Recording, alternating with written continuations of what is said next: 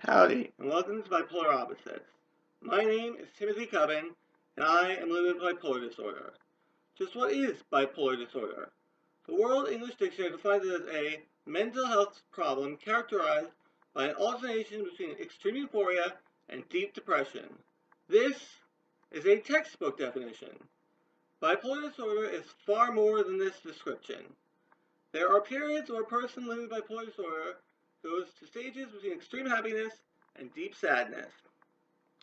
When I hit euphoria, I am energetic and need to pace to work it off. I'm enthusiastic and want to do just about anything I can possibly do. If I have schoolwork, I'm excited to do everything, but the problem is I get sloppy. If I have a chore, I go out of my way to do it perfectly, and I make up my own chores. I go for walks and spend money on things I don't need. I even do parkour in the house when there's little to work with, and I end up breaking or ruining things. When I hit depression, I'm the exact opposite. I don't want to do anything, even things I love doing normally. I procrastinate on everything, putting them off till later. This even affects my schoolwork, and I end up doing it at the last minute. I don't want to cook or clean, I just want to sit or sleep. I have several other stages in between super high and super low. One is obsession. I am anal about organizing things. I have a Blu-ray player and an assortment of Blu-ray discs. I try to organize them, but always find a reason to reorganize them in order to watch them.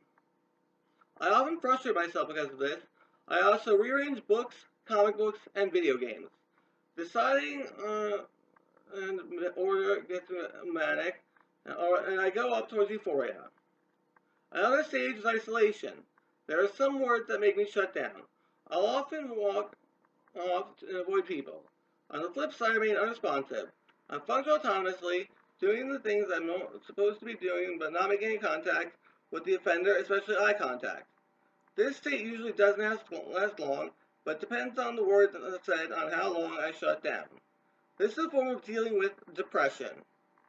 Finally, the worst state is anger. If I'm close to euphoria, instead of shutting down, I will explode. I yell, I break things, especially items that have special meanings to me. However, I'm also able to use dialectical behavior therapy to regain control of myself. For those of you who don't know about DBT, I'll explain it. There is a connection between the emotional mind and the reasonable mind to reach the wise mind.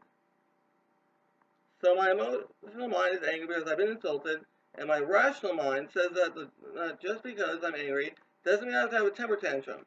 However, after reaching the wise mind, I plummet to depression. Now, I'd like to explain bipolar disorder, not in a textbook type of way, but rather from experience. I am in a codependent relationship with my mother, and I have a seizure disorder. That makes it hard for me to get and maintain a job. I find it very biased. However, people who are bipolar or don't have the connection to someone who is bipolar just don't get it. It's not just that person having a sad, like most people think. It is very serious. Functioning with bipolar disorder is very difficult.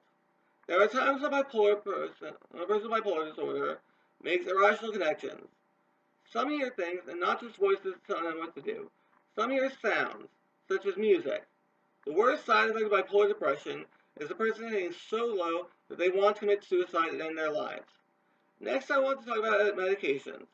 Doctors are very quick to give out medications. If a third grader laughs because a kid next to him lets an enormous fart, the doctor swoops in, declares them to have ADHD, and thrusts Ritalin on him. I was declared ADD when I was 5 because I got easily excited, which was the bipolar euphoria, which the doctors did not realize. This led to a major breakdown, which made the doctors realize I was bipolar, and the Ritalin they shoved down my throat only made me worse. I was placed on a massive cocktail of medications such as mood stabilizers, antidepressants, and anti-Parkinson's for my post-traumatic stress tremors. I started to take Zyprexa, Lexapro, and lithium. These were given in such a massive doses that my brain had the side effect of causing seizures.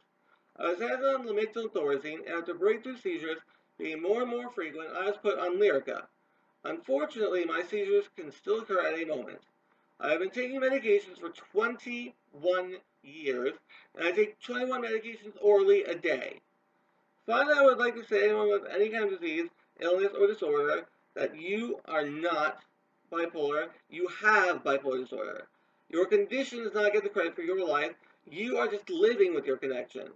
So don't let it define you. You have the condition, so you have to own it. That'll do for now. Please leave feedback.